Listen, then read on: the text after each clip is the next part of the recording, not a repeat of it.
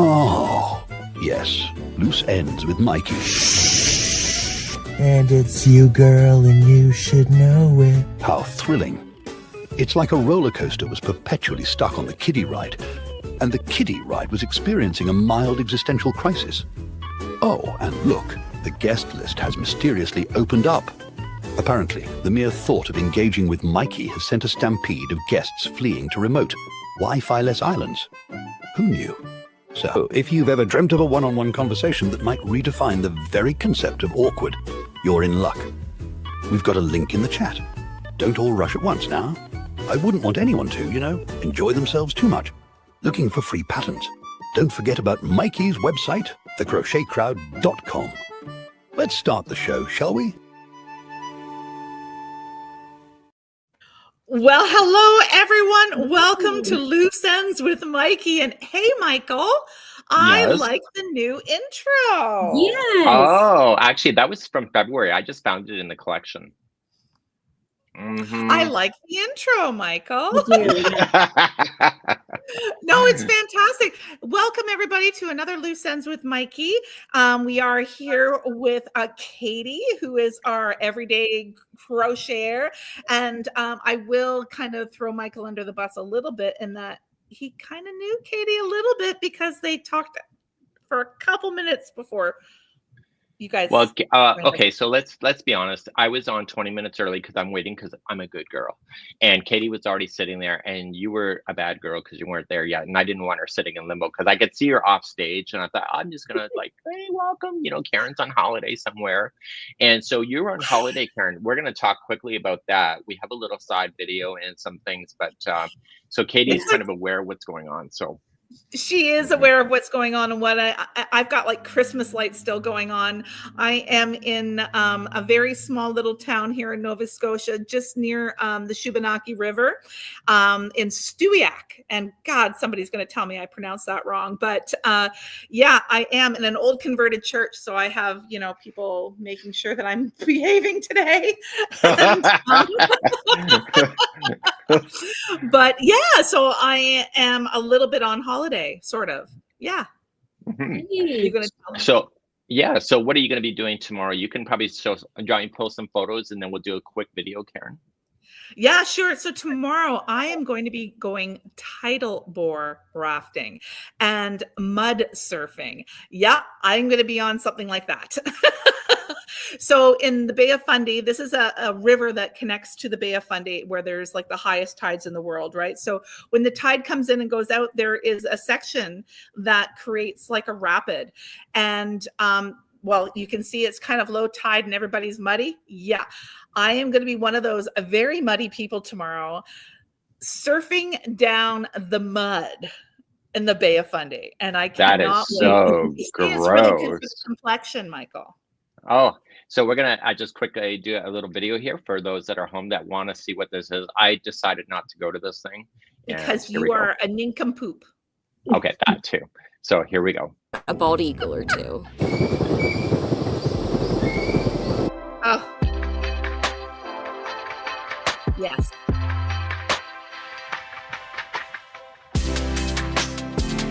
While we wait for the tide to come in, we're going mud sliding! We were told that it'll work better if you get your body wet first. You look naked. He said on the way out there that some of the mud can be knee deep. This is gonna be so much fun.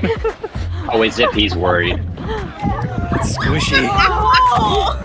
I'm so excited. Quicksand. Oh my gosh. Here he goes. Oh yeah, I'm gonna have mud fights.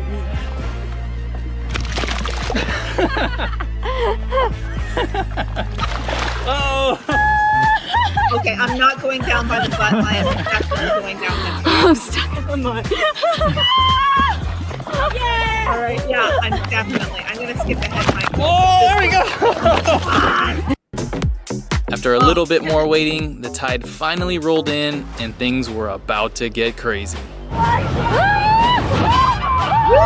Gotta love the muddy water. Well, look how fast the tide comes in and that section of the Bay of Fundy, Michael. It's pretty crazy. What makes tidal bore rafting even better than whitewater rafting is that you can circle around and repeatedly catch the waves. It's like an endless roller coaster. We're doing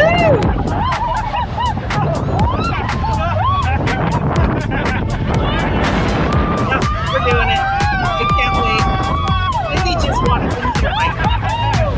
We're showing video. Yes. Can I show Cindy? So Cindy's here with me. Say hi, Cindy. Hey, Cindy. Welcome to our podcast tonight. This is our new friend Katie tonight. Hi, Katie. So Cindy is going with us on the rafting, and we are so excited. So yeah, we had to show you. Gonna get muddy. Darn right. Yeah, but you look Head good with to mud, toe. Cindy. Right on. Excellent. Yeah. Well, Go upstairs away to get jackets. The bugs are on. okay. Well, I'm glad All right. Well, I can't wait. Well, thank you for showing everybody. Michael, you really wanted to kind of show people what I was doing because it is different, isn't it? It is very unique to our area. Yes, for sure. Okay, so Katie, so let's go to Katie, and Karen is going to do stuff behind the scenes, and it's all about Katie tonight here on Loose Ends. It is about Katie tonight, and I know she's going to have. So, are you ready to get your noodle going, Michael? Sure. He doesn't. He's like, okay, sure. He has no idea what's in for him. Does he, Katie? No. Oh, fun. Yes. Okay. Let me So- just yeah. So for all of you crocheters out there who look for inspiration in different areas, this is the podcast for you. And I cannot wait for this conversation because Katie is an out-of-the-box thinker and has been totally inspired by the crowd and you, Michael, and all kinds of other things that are happening. And I love what she does with the patterns and the inspiration with the crochet crowd. So that being said, Perfect. So, Katie, where are you from tonight? Lubbock, Texas. Well, oh my goodness, I've been there. Yeah. Well, Yeah, I wouldn't want wow. to be here today. It's about 102 outside right now.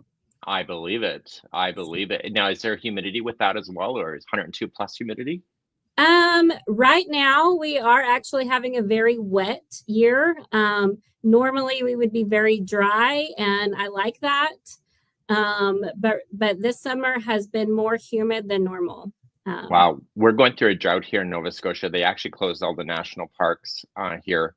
All the trails and everything are closed until I think September 2nd, September 8th or something. I've been seeing there's like wildfires and stuff that are causing air quality issues and things. Yes, well, the air quality not so much with us, but it is the grass is basically browned out, and the trees are actually coughing out in the yard. So, Lubbock, Texas. So, how long you been crocheting, Katie? About a year and a half.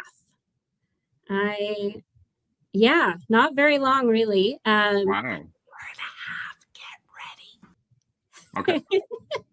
Okay. Christmas before last, my daughter got, and she's like 10, just turned 10. So she was 8, got a make your own scarf kit with knitting needles. They were different colors and had instructional videos. It was really great, but she was struggling. And so I had never done any kind of knitting, crochet, just like hand sewing, a little cross stitch here and there as a kid. And so I was like, okay, if I'm going to help her properly, I've got to teach myself how to do this also. So trip to Walmart, got a few things, figured out the scarf, and then was able to help her. And that kind of led me, okay, well, now I have this big ball of yarn left. What else can I do with it? And I don't want to make another scarf because in Lubbock, you don't need a bunch of scarves. Let's be honest. And so then I landed on Pinterest and Yarn Inspirations and kind of did one knit blanket, like a chevron pattern. And I was like, this is kind of boring. And my Pinterest loving self started seeing things pop up that were crochet. And I was like, well, these are a lot more fun than the knitting. And so now I have to teach myself how to crochet. And the pattern that honestly caught my eye was the peppermint. Okay. Wow. Yeah. So okay. I right off the hop. So I probably did a couple of did some kitchen towels first. Uh-huh. just trying to like make sure I understood the basics and that it was looking good. But Wow. yeah, pretty quickly, probably 2-3 months into crocheting, I dived in the deep end with this one. Wow. Um, I saw your video links on the Yarn Inspiration site, and I was like, let me watch this video and see if this is something I can handle. And my honest thought when I started watching the video is, this guy is the cheesiest guy ever. I accept. I will accept that. That's cool. That video was a long time ago, but honestly, you made it so straightforward that I was like, I can do this. I can follow along, and I can put that video on repeat and repeat and repeat every time until I'm good with it. And it became my project to work on when my kids were busy with their activities. Like if I was waiting for them at a dance class or a thing, I could work on those because they're easy and they travel well. And it probably took me once a week working on it for 4 months. But I got it done. That's not bad, and considering that's relatively new, because that pattern actually came out in 2014. Bendy Carter is an Australian designer that designed that. And that was shipped to my house before it went public. And when I saw it in my house, I'm like, oh my God, this thing is going to be huge. And it turned out it was. It's so unique. It reminds me, those stove tops when we were kids that had the coils. That's what it totally reminds me of that. Absolutely. Yeah. So I was really quite excited, but it took me a bit of practice to understand how that works. And I'd like to do something more with that concept in the future, but I'm not sure. But it's been how many years now? What, 12 years? Yeah. Can you imagine? It's been 12 years. I've seen a lot of variations of, subbing in different colors, greens or multicolors, or reversing the red and white on the little squares. But if I were ever to do it again, I think I would have to figure out how to join as you go, because that sewing took forever. Yes, that's true. I can honestly say, as somebody in my position, as soon as you have a sewing concept in a project, it's a quitter. So we try to do like a join as you go to save the project from an absolute skid out control. And I think sometimes in this particular example, it was worth actually sewing because it makes it fun. But then you really got to be patient with yourself to do that. Well, and I could understand, like, from trying to create a tutorial perspective, having to rotate, or get the peppermint in the right orientation and stuff for a join as you go would be pretty tricky. So if I was to, when I was looking at that, I remember, because I have no life, and I remember, like, if it was me, I would have just done one type of peppermint and not 6, and just said and probably just change the colors. And not have the ship, because for those that are watching it here at home, there was 6 types of peppermints, and each one has a slight change to the curve. So if Karen puts that back up for us, is she? I don't think she's still here. Oh, she is still here. Is that if you look at the sample, is that the way that those things are oriented, they're actually just askew, so it does look like it's spinning. And I would have probably just been more simple about that in my perspective. So how did you keep track of the 6 types of motifs? So I did kind of what you had suggested in the video and took them all up to that all but last round. Yes. Because then I didn't have to worry about it. And then at that point, it was just adding that last round. And I took, like, here's my Ziploc bag for A and B and, however, 1, 2, 3, however I numbered them, and just kind of kept them separated that way, so that I could line them back out and just sewed one row at a time. It's kind of neat. I'm kind of like that as well, Katie. I'm an assembly kind of crocheter, where I would have, like, as I suggested, do everything and do the last row when you really have to concentrate on that last one. So the way that you're meticulously doing that, I think, is a really kind of a cool idea. Yeah. Well, and it made it, it made it very simple. Like I said, it was something I worked on like once a week while my girls were in dance and gymnastics class. And it, after a few repetitions, you really don't need the pattern like right there in front of you, especially if you're not doing that final round on them that makes them different. So it was an easy pick up and take with me project. Yeah, it totally is. And then you did that. So in this particular pattern as well, you also I did the matching pillow, I think about 4 years after the original blanket. And actually, that was just as easy, but I had to remind myself on how to do it when I did it 4 years later. Yeah, I that pillow almost didn't happen because I had it probably 75% done before my pillow form got in, and my pillow form was just a little bit too big, so you can see the stitches are pretty stretched there. If I maybe before this Christmas, I might take that apart and redo it and make it a little bit more full there. But Yeah, you probably more fuller, like more stitches. yeah, What you could do, you could just take a piece of it and just open up the backing and take out some of the stuffing to reduce the pressure of the pillow. that's true. That's true. I hadn't thought That's about what that. I would do. Like, why would you make a second one? You just can improvise, right? Yeah, absolutely. So what else is That's why I still I feel like I'm just, every time I work on something or I move into something, I learn a new trick. I learn a new tip and just kind of keep that moving forward and definitely just keep feeling like I'm growing better with each project.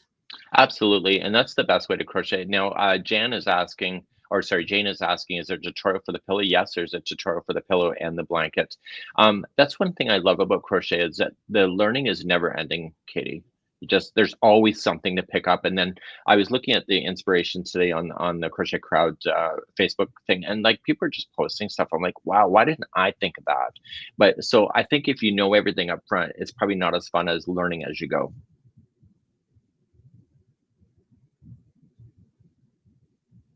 Are you frozen? Are you good?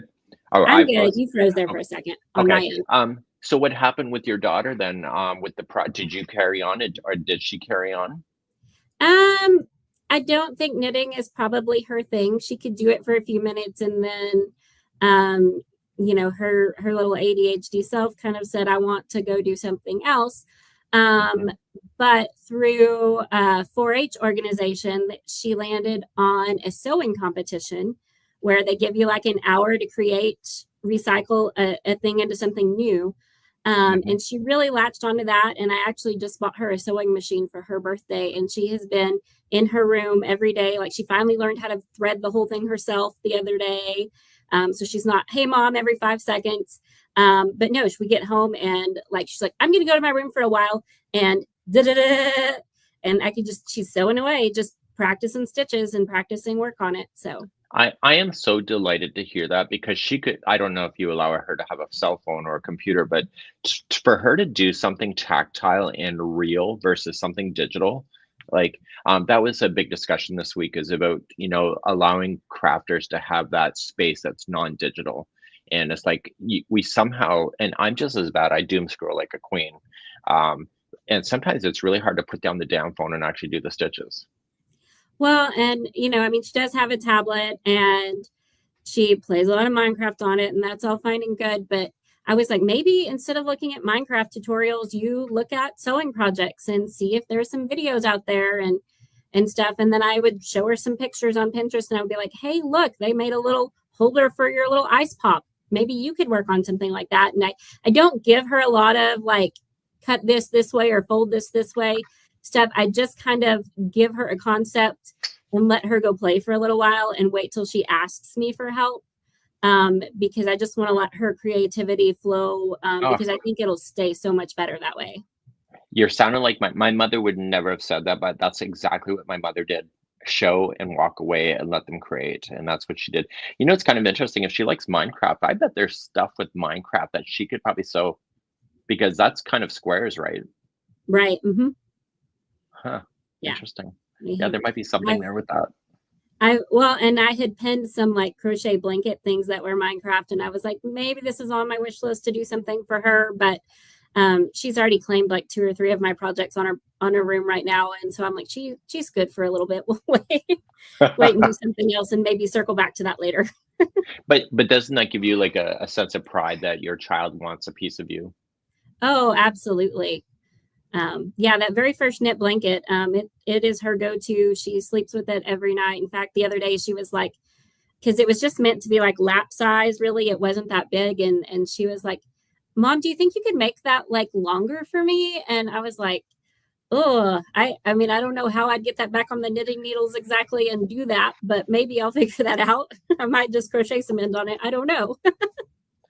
Somebody's asking, how old did you say your daughter was? And she just turned 10. So she's still in that molding phase, trying to find the woman that she's meant to be and what she's going to enjoy in her life. Yeah, absolutely. So tell me about the project that you're sitting in front of behind you there. It looks like Americanized colors. This was just in my office chair because I am in my office today. It's a corner to corner from the center out Yes. cocoon shrug with A just like a cocoon nice shrug. little edging there on the sleeves and Yes. the hemline. Wow. So and is that outfit that you're wearing also crocheted? It is. I finished this on my vacation trip last week. It's the wheat stitch, and it's Sorry, I've only sorry. So hang on. Let me get my pencil. What did you say it was? the The wheat stitch. Wheat as in stitch, like Michael. And can I remind everybody, this is a year and a half into crochet. Katie, wheat you stitch. are blowing my mind every time I hear you speak. And I know I have your backstory and all of that too, but this is amazing. I love it, love it, love it. Okay, bye. This is like my first, other than like, I think I made this and I made one kind of like sleeveless cardigan that's more like a duster kind of thing, kind of long, which was just very straightforward rows with some armholes in it. But this is also basically kind of the same concept. It's just a rectangle piece and you leave a hole in the middle for the neck and then you stitch up the sides up to the armhole. Wow. So very simple construction, very relaxed fit, just very soft. I made it with the Kobu, the Lion brand Kobu. So it has kind of that silky, slinky feel. So just very nice and summery. Fun. And that's very appropriate for where you're living down in Texas there.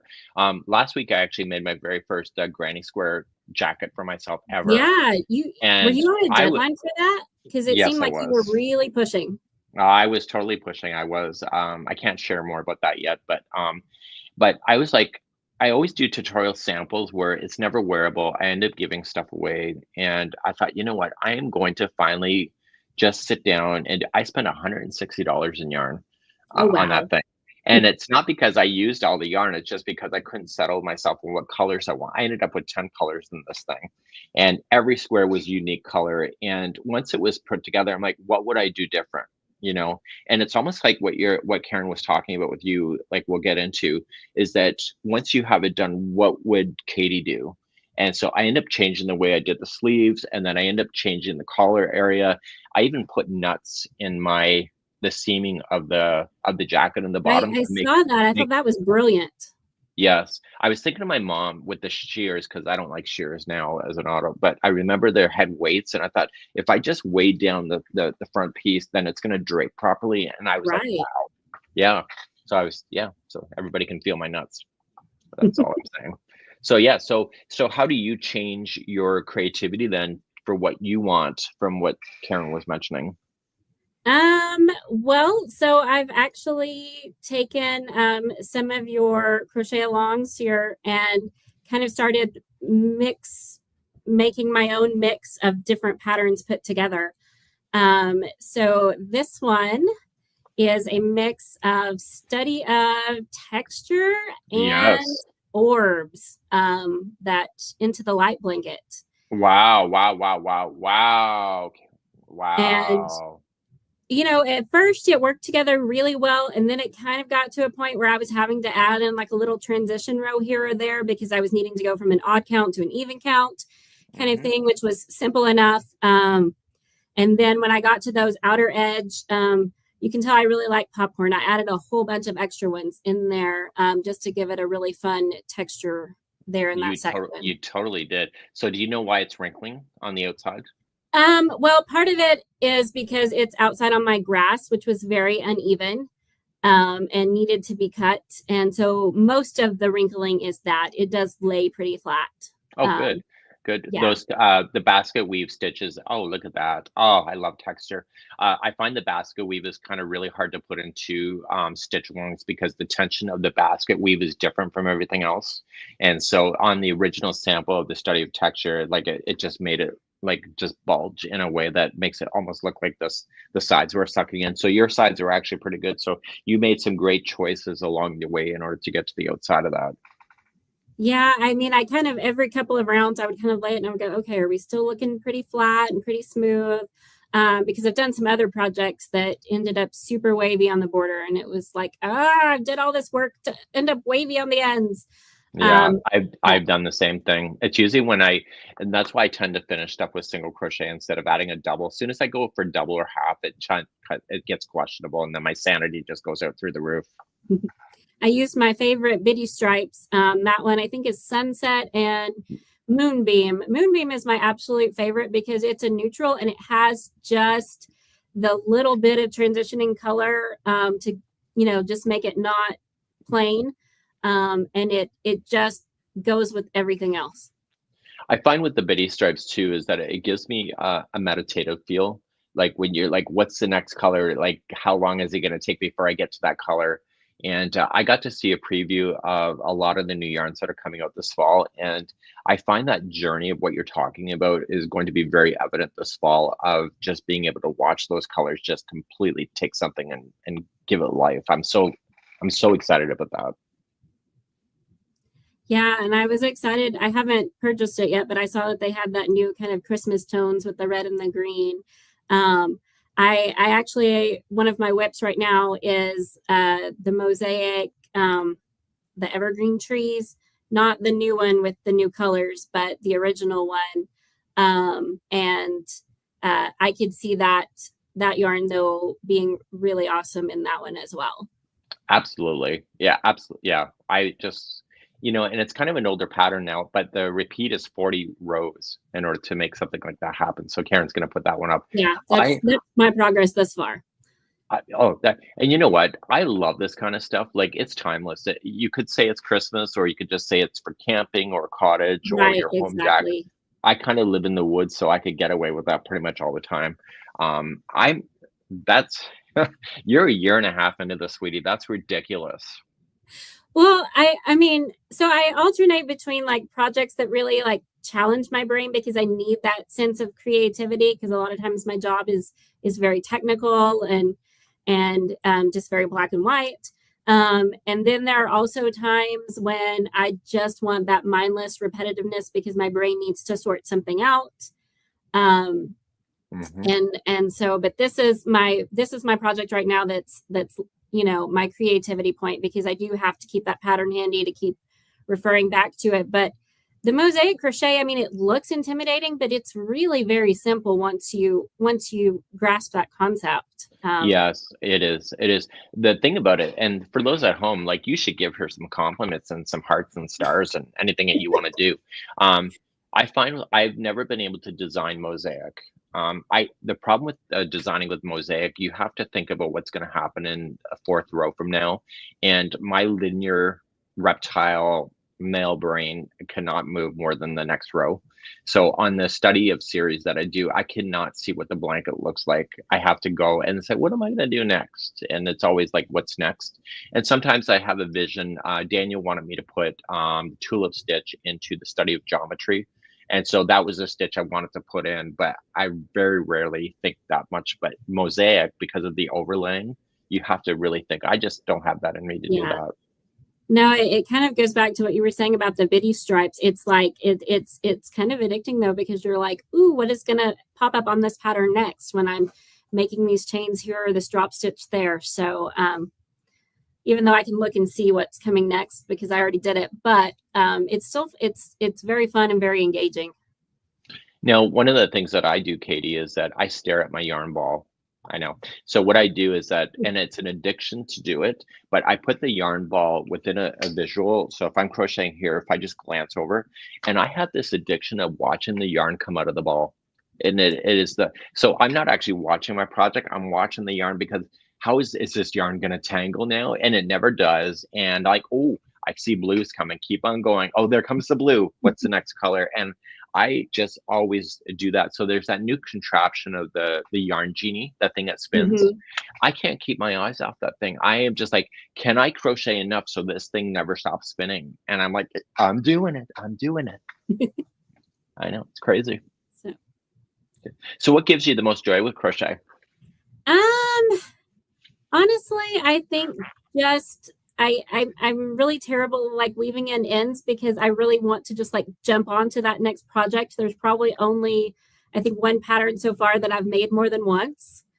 And stuff. I just it's the satisfaction of just seeing something materialize in front of you.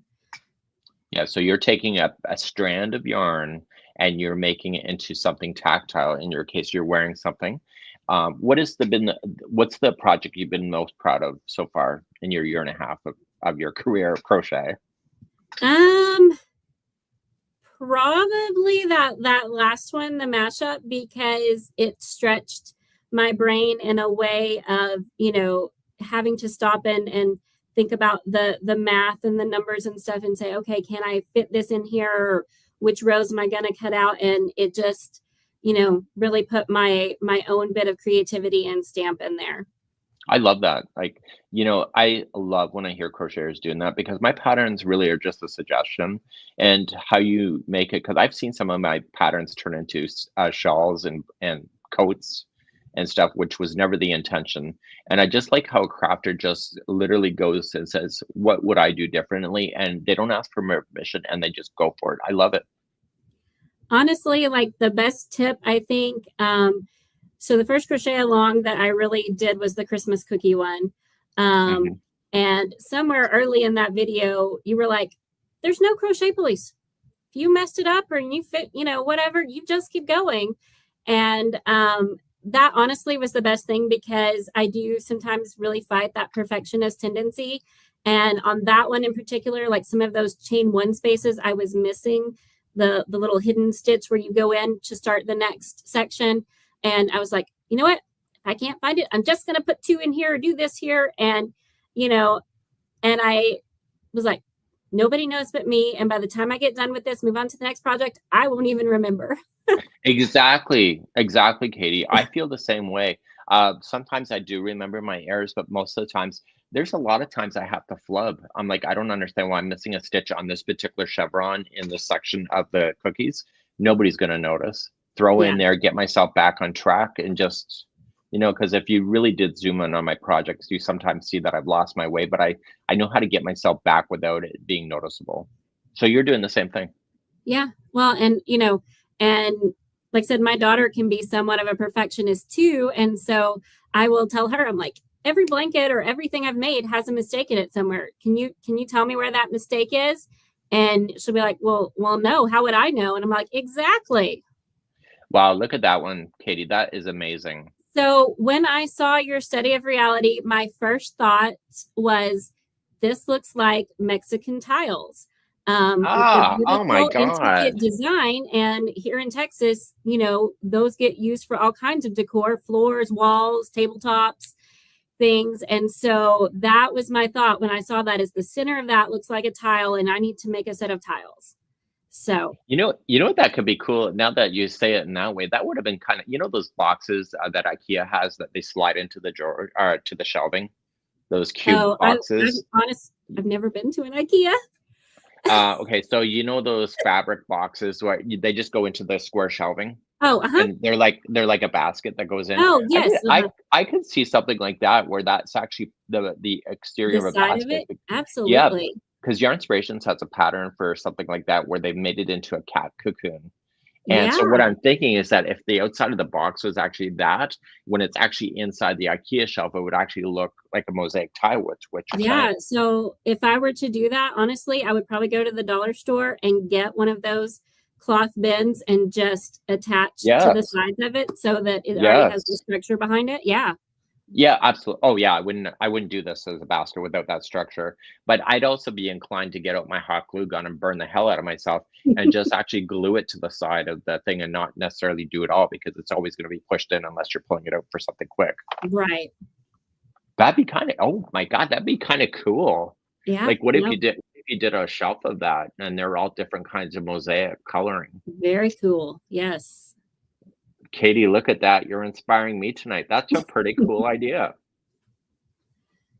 Huh. Go figure. That's amazing. I am so proud of you that you were literally pushing your own envelope. That's so cool. Oh, is that the latest one? It is. It is. We have any? Oh, so you're part of the membership then? I am. Yeah.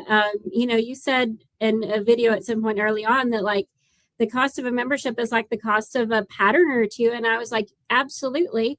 And, you know, I have had patterns that I've bought from other people, and 9 times out of 10, I had to go into your stitch library to figure out what the heck I was doing, especially just kind of jumping in the deep end with everything like I do. And so I was like, well, if he can keep producing this and it makes everything else that much easier, of course I'm going to join. Well, you know, I have a belief that, oh, look at that. Oh, Katie, that's amazing. I love your coloring too. It's so fresh. Well, and that one is what I would kind of consider my scrap yarn. The dollar store here sells like little skeins for $1. Right. And my girls went nuts for my birthday and bought me like a whole big thing of every color. And so I was just, you know, kind of pulling out the colors there that I had to work with so that, you know, they can look at that and go, oh, this is what mom made with our yarn, you know, that it was a gift for me turned into a gift for them. That is so cool. That is so cool. So for those that are watching, this is actually the next future stitch along for September called The Study of Complicated. And so Karen and I started this design. Karen and I were doing, here's Karen. So Karen and I were actually at a chalet together. And I said, I got to do a stitch along for the summer. And I don't know where to start. So I started designing, and we went out for 3 days.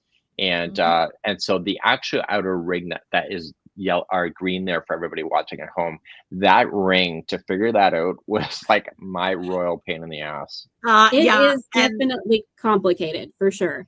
Yeah. Yeah, you should have been there when he was designing it. Oh, it was just test. But I think that's what makes you a stronger designer, to figure out, because I knew that granny squares can go in a round based on the idea of doing a granny square Christmas tree skirt. So I'm thinking, I just got to figure out what my interior is going to be and how many stitches that I need, and actually go with it. So this blanket actually never looked like this. So I got about a foot after this, after that green section in the middle, and the whole thing buckled and turned to shit. And so I had to frog everything back out, and then I tried again, got about a half a foot extra, and then it ruffled again. And so I just had to keep figuring out what the math was going to be. So that's what you're investing in when you get a membership with us, is the thought process and the trial and error to make it work. Well, and you know, I've watched some of your videos where you're working on the computer behind that, and because I do want to, I have a quilt of my grandmother's that I am looking to kind of make my own design in. And so it's been really nice to kind of watch you when you're on that computer screen and you're doing those things, because it helps me kind of see the thought process of how you can put things together, and kind of give me a little bit more of a framework to kind of think through as I plan that out. But you definitely named, I know that your study of complicated had other meaning, but there are definitely some portions of that blanket that are complicated, but well worth it for sure. For sure. What was the hardest part for you, do you think? It was those trapezoid rings, because in the test, you know, in that beginner phase that you had for us, you didn't have the diagram ready. You only had the words, and that's a lot of words right there. And so yes, it was. I basically went in and made like little shorthand notes of, you know, 2 single crochet or double and triple or whatever. And so I could just kind of go step by step that way, rather than trying to keep up with where in the paragraph I was at, because I kept losing my place. Absolutely. You know what? That's one of my downfalls as a user of crochet, that if the designer, in my case it was me, for you, is that if the designer if it's that complicated and it needs a Bible in order to explain what to do with the simple stitch, then it's a problem for me. My brain cannot comprehend a whole paragraph like that. Yeah, it was a lot of words. And so, like I said, I made the little shorthand notes to the side, just kind of in order of what to do next. And that helped out a ton. For sure. So when I'm designing, I actually do the crochet diagram first, and then I put it to words later. So, but the crochet diagrams, I was racking my brain, Katie, on how to design that on a computer, because I had to make it go in a circle on a computer, and also just try to get the spacing. He was, but it's amazing. It's amazing how you do that. And Katie, even only a year and a half into this craft, I love how she's thinking along those lines. And Katie, you mentioned the quilts. And I do have some inspiration. And I know you had some questions for Michael with regards to that. I have a 1, 2, and 3. Do you remember what can I just put them up or? Yeah, just go ahead and throw it up. All right. I'm going to throw up the one you said was number 1. All right. Okay. So this is a quilt that my grandmother made for me as a high school graduation gift. And the pattern, for those that are interested, is called Broken Dishes. And, you know, my grandmother had a lot of wisdom as a 18-year-old on top of life. I was like, why do I need broken dishes in my life? But, you know, as I get older and older, I really realize that that's, you know, the way life goes sometimes. But because this is such a special quilt, we don't use it a lot. My girls are not old enough to really appreciate that yet. So we don't do that. And so I kind of that's what I want to make, is a quilt that is, or a blanket that is inspired by that we can use more frequently. The triangle part is kind of easy enough, I think, to figure out how those probably piece together. And I've seen some other patterns that kind of do that.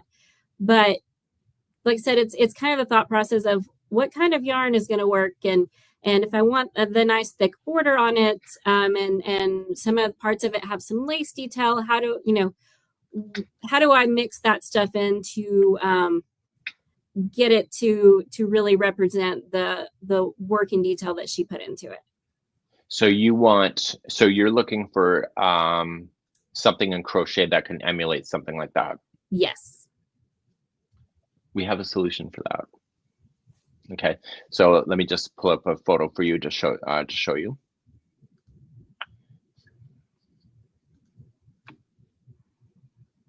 There is a pattern.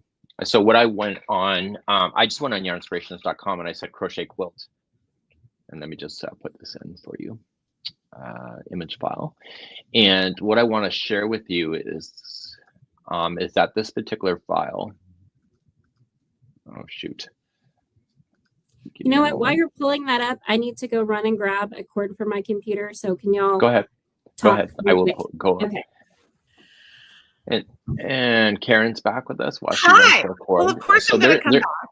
There is a blanket like that, Karen, on yarnspirations.com. How fantastic. Because she needs to not think about it as she needs to not think about this thing as a triangle. You need to think of it as a square. Is that what you're? Yes. As a square. Yes. And then kind of going through, and how wonderful. Your Inspirations has some pretty amazing things on there. Would you, when you're searching for something like that, did I see or hear you say that you can search for quilt? Yeah, I just put in crochet quilts because I figured if there's anything, it's going to be that.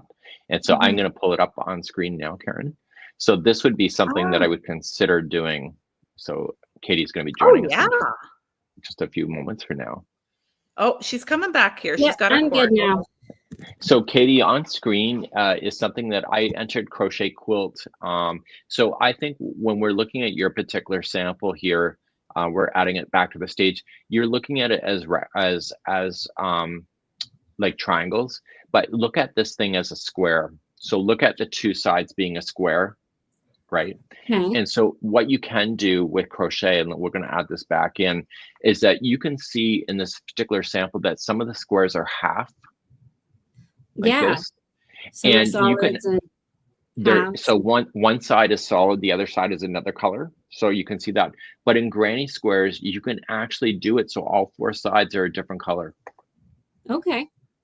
And then if you look at this thing from a square point of view, you can actually emulate something like this and still have the look of it. So what makes it special with your grandmother's sample, do you think? Do you think it's the white that is separating the stuff? I think so. You know, it's hard to tell in this particular picture, but she did kind of a nice outline around it with a little bit of a solid color and then kind of a multicolor flower background. To just the thought of the detail that she put into it. But when I look at this, yes, I see that cream color background with the little broken dishes scattered on it. So what I see, Katie, is that I see that the top in the particular one, like if we look at the pink and the blue sample near the bottom of the screen, I see this as a square. So I see the top and the bottom quadrants are cream, and then the two sides are different. So I'm going to pull you a sample here, four-sided granny.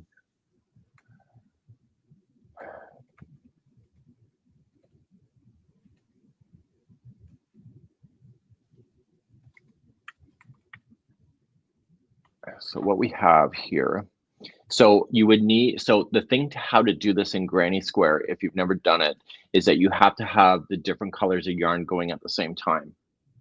Okay. And how that works is basically when you get to the end of the round, you turn it around, and so then you'll use the colors in order. So I'm pulling a sample just to show you now. Okay. It's just downloading. And in this particular sample, so what you can just do is that you could just decide, so if what makes grandma special or your mother special is that there's two sides that are cream, and then the tops and bottoms would be a different color. And here we go. I'm going to put this now.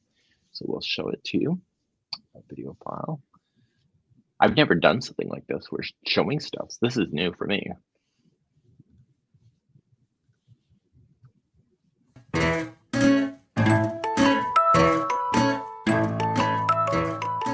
Welcome back to the Crochet Chronicles, my friends over at yarnspirations.com. I'm your host, Mikey. Today we're going to do a 4-tone granny square. Now this is part of an original pattern that I came up with called the Broadway Mirror Granny Square.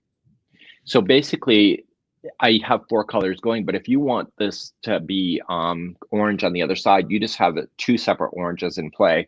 And so if I speed this ahead, you're going to notice is that when I get all the way around, you have to turn it around. I will show that in a second. Bear with me here. I think that's it. Yeah, somebody commented it's like the pinwheel. And because this is the end, you're going to chain like 1 and then join it with a half double crochet to the top. So I want you now to do rounds all the way through 9, and so you can count these out. So you see 1, 2, and 3, and I want you to get that done and meet me back here, and we're going to continue along in the pattern. So please. So this is then turned around, and so I'll use that dark blue then to do that quadrant again, and then I come back around so that the colors always stay where they're supposed to. Okay. So I think it's very possible for you to emulate emulate what your sample is to be able to do something like that. And honestly, it's fun. Yeah. Mm-hmm. So when it comes to like small detail or things like lace edging and stuff, do you ever mix like thinner yarns for like decorative edging and things, or do you always stick with like the same? Could you overlay crochet maybe with a thinner yarn? You can. So part of my issue is that because I design for a major company, they want us to stay within the same yarns when we go from start to finish. But there's nothing wrong with you actually changing out your yarn. Actually, Karen just did a great example. She probably doesn't have it with her today, but she did just an edging for this beautiful coat that she's wearing. And so there's an example where she's actually adding a yarn that doesn't make sense to something and making it look really quite awesome. Actually, I have a photo of that too. Let me just get that up for you. So I think if you're going to color outside the lines, why not just go all the way, right? Yeah. I saw that you posted that on your Facebook. I think you put it as the header for the crochet. It was. And everybody was commenting. I will probably do a little video on how I did that because I want to do that to a pair of pants too. But you're absolutely right. I just took a yarn and added it to a shirt actually that shrunk a little in the wash. And I made it into a jacket with a crochet trim. And yeah, so you can play around with your yarn too. Absolutely. But what made it work, to my point of view, is that the fact that she just did her own thing, and the yarn she chose was the right kind of yarn for what she was looking for. Mm-hmm. I don't know. I don't even know if I'm making sense. But yeah. No, that makes a lot of sense. Like I said, it's kind of, because I know it's going to be special to me. I've been kind of working on other projects and still learning and growing and stuff till I feel like I'm ready to give it the love it deserves. So, you know, and the other thing too, Katie, is that if you start changing your yarn, if you're using a thicker yarn and then going to a smaller, just remember that you either have to increase your hook size to match the distance of what those stitches are, or you have to add more stitches. There's a stitch that you probably know, the moss stitch or the granite stitch, where it's a single, then chain one. And those kind of stitches, they have such tension to it that if you don't increase your hook when you're doing a sampler for that particular kind of stitch, it just all buckles and it's horrible. So it's one of those, so not all stitches work together. No, that is exactly why my one blanket turned wavy on the border. Yeah, and it's disappointing when that happens. So did you frog it out then when that happened? I haven't yet, but when I was taking pictures of stuff to send in to Karen, I was like, oh, there's that border that I hate. I need to fix that somehow. Well, just, you know, the way that I see it, and I've said this a million times, but, you know, when you're weaving in ends, the weaving at the ends, the hard work has already been done. So in your case here, you've already done the hard work. You're really proud of what you did, but you did not finish it to your satisfactory. There is nothing wrong with just frogging the hell out of that border and just retrying, because that's what I would do. Yeah. I think by the time I got done with it, I was just like, okay, I'm just going to move on to the next thing right now because I don't know how to fix this at the moment. And maybe I'll figure that out another time. And I, you know, just keep so busy moving on to the next thing. I hadn't gotten back to it yet. But when I was taking pictures to send to Karen, I was like, I got to fix that. Yeah. So, you know, and really, honestly, I'd love to do a campaign one day where we finish off something that we're not quite happy with, where we frog something, but I don't know how to initiate that as far as like, how would you encourage people to go back to their whips or go back to a finished project and just do a minor correction and be proud of it with it? You know, I don't know how you turn that. I can totally see you doing so like I've done some of those paint, like where you do a little painting with your friends and have a glass of wine while you're doing it kind of thing. And like once a month they have a workshop where you can come in and fix your stuff when it's not right. I could totally see you hosting a live and just like, okay, guys, show me or tell me what what you're working on that's not working, and then you could help kind of troubleshoot it for us. That would be awesome. That seems like so much work. Oh, wow. I think that's an awesome idea. I bet we can have a mail-in campaign, and now he's going to get really mad at me. And now I'm not. Yeah, look how she suggests stuff and goes away. It's not a bad idea. You know, we could probably do a private workshop where we have, because I can only handle so many people at one time before I go psycho. That's actually not a bad idea. It's actually you're thinking. I think it's a great idea, Katie, honestly. And I think, Michael, yeah, I was just kidding. There will be no mail-in anything. Okay. We'll take that back, everyone. Yes, we will. Thank you so much. We will. But you know, I think it would be a really wonderful like a workshop tutorial or something along the line, something separate outside of everything, you know, like an online class kind of idea with a small group. I don't know. We could play around with that, Michael. I'm sure you could figure something out. We totally could.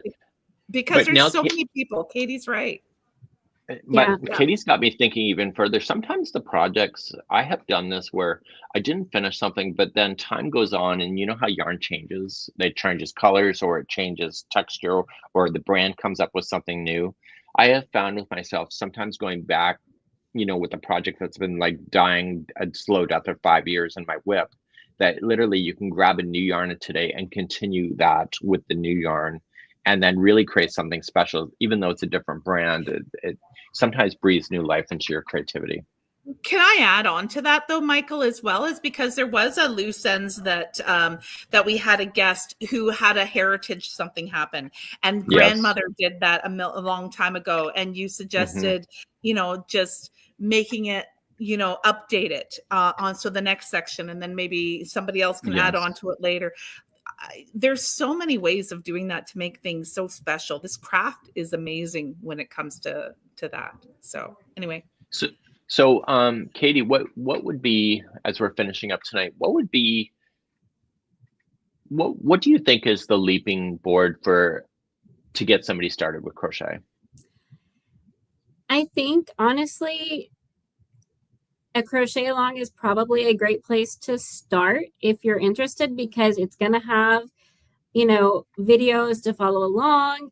And I would just tell somebody, I mean, just jump in there and do it, because, you know, you'll pick up those very basic stitches, and then everything else, that all the texture, all the things like that is just those basic stitches in some different form or combination. And, you know, it's never as intimidating as it looks from the outset. You know, I did a mental health day at our local clinic. I can't talk too much about it because it was a confidential medical thing, but I was showing them one of the chickens that are here on my desk. I didn't crochet this, a local crocheter did it. And I said, what I'm about to show you is all single crochet. And I said, and it's just the order in which the single crochet goes into to make it work. And I said, so I'm going to teach you the basic. And then in the future, if you're ever thinking about going on, that's all this is. It's just whether it's going in a circle. Well, pretty much all of this thing is in a circle, really, in some manner. Yeah. But it was so ridiculously, and it was our emotional support chicken for the table. So, yeah, the female version was actually in the class. But I said you should see the male one. I should have brought them both, but I only had two hands. But you know, it's what you're saying is that you just change the order of something, and you have something brand new.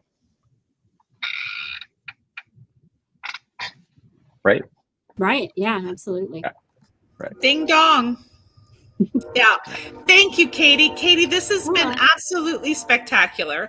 I love that you've come on and showing us that, you know, it's just diving in and enjoying it. And I love that you started with your daughter and interested in, I should maybe learn that. That was spectacular.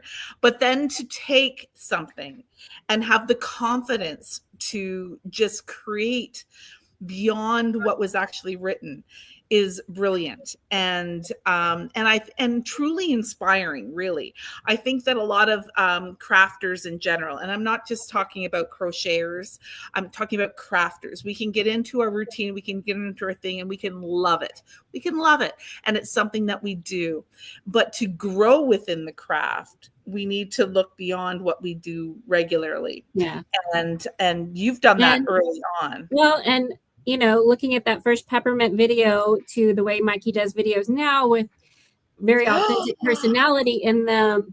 I mean, I can just tell that, you know, you have grown in the way that you do things. A tutorial video is not as simple as it sounds. I mean, I have watched some that made me motion sick from the way that they're flicking their back and forth. So it truly is an art and a gift that you have that you share with us. And I am forever grateful for that.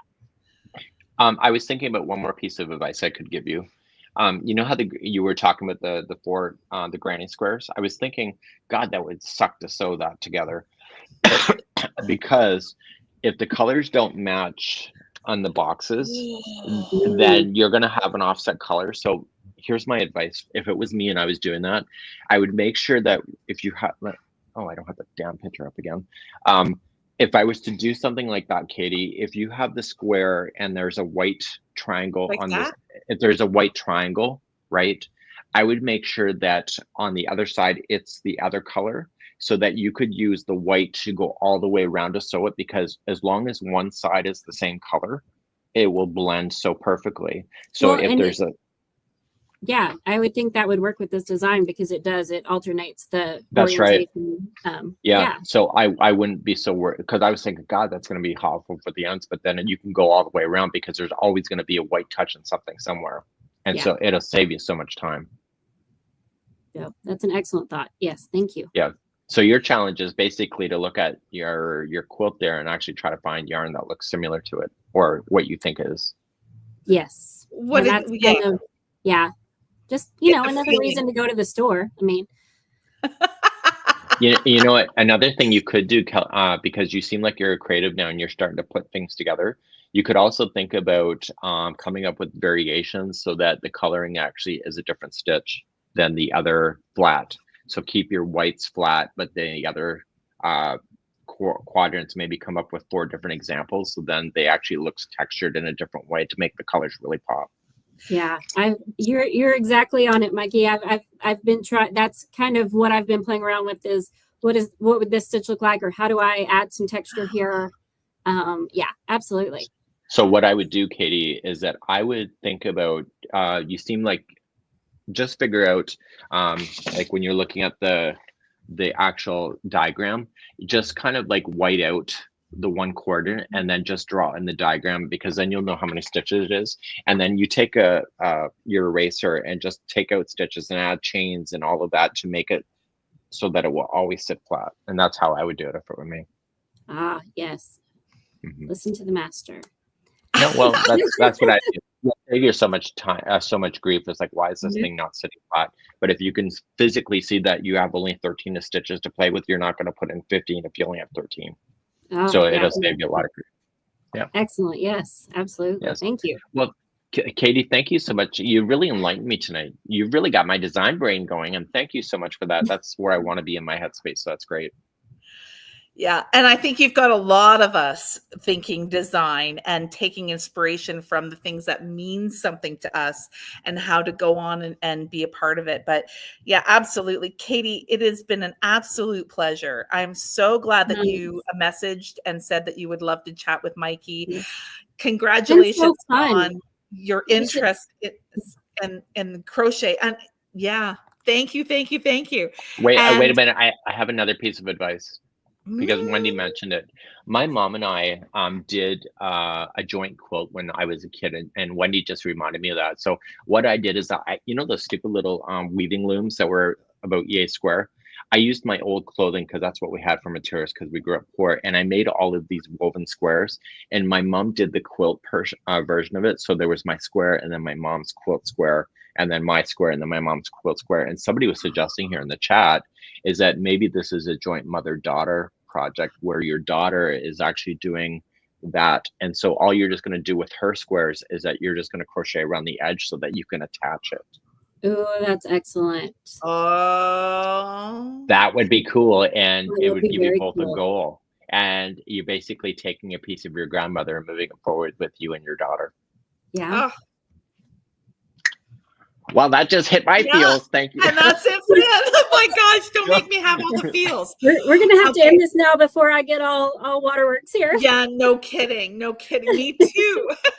Now, having said that too, if you do something with your daughter, and regardless, if you're doing something with this pattern, we would love to have a follow-up with that, Katie. So please message me and we can see that again, because I know that, people who are watching these podcasts and are interested in what we do here at the Crowd, they are going to be really invested in this as well. And I'm sure they have been inspired by what you've said today. And thank you so much for being a part of this conversation. And if you are out there and interested in speaking with Michael, please let us know. Sign up for Loose Ends with Mikey. I will get in touch with you. We are looking for some people in the next few weeks. So it's not that scary, is it, Katie? It's not at all.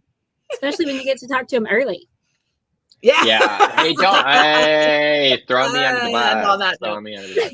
So on this note, we'll be back next week, 7 p.m. Eastern next Thursday, and we have our bus tour starting on the Friday. So for our second Nova Scotia run, that group is so like frothing at the mouth, ready to get on a plane. Yeah, and I'm really super excited and that bus is completely jammed. We're gonna be sitting on each other's laps. Yeah, I hope that it's a good thing we like each other, Michael. That's all I can say. So you know how we're gonna end, Katie, right? Absolutely. Okay. Fabulous. And why don't you call it? And scene.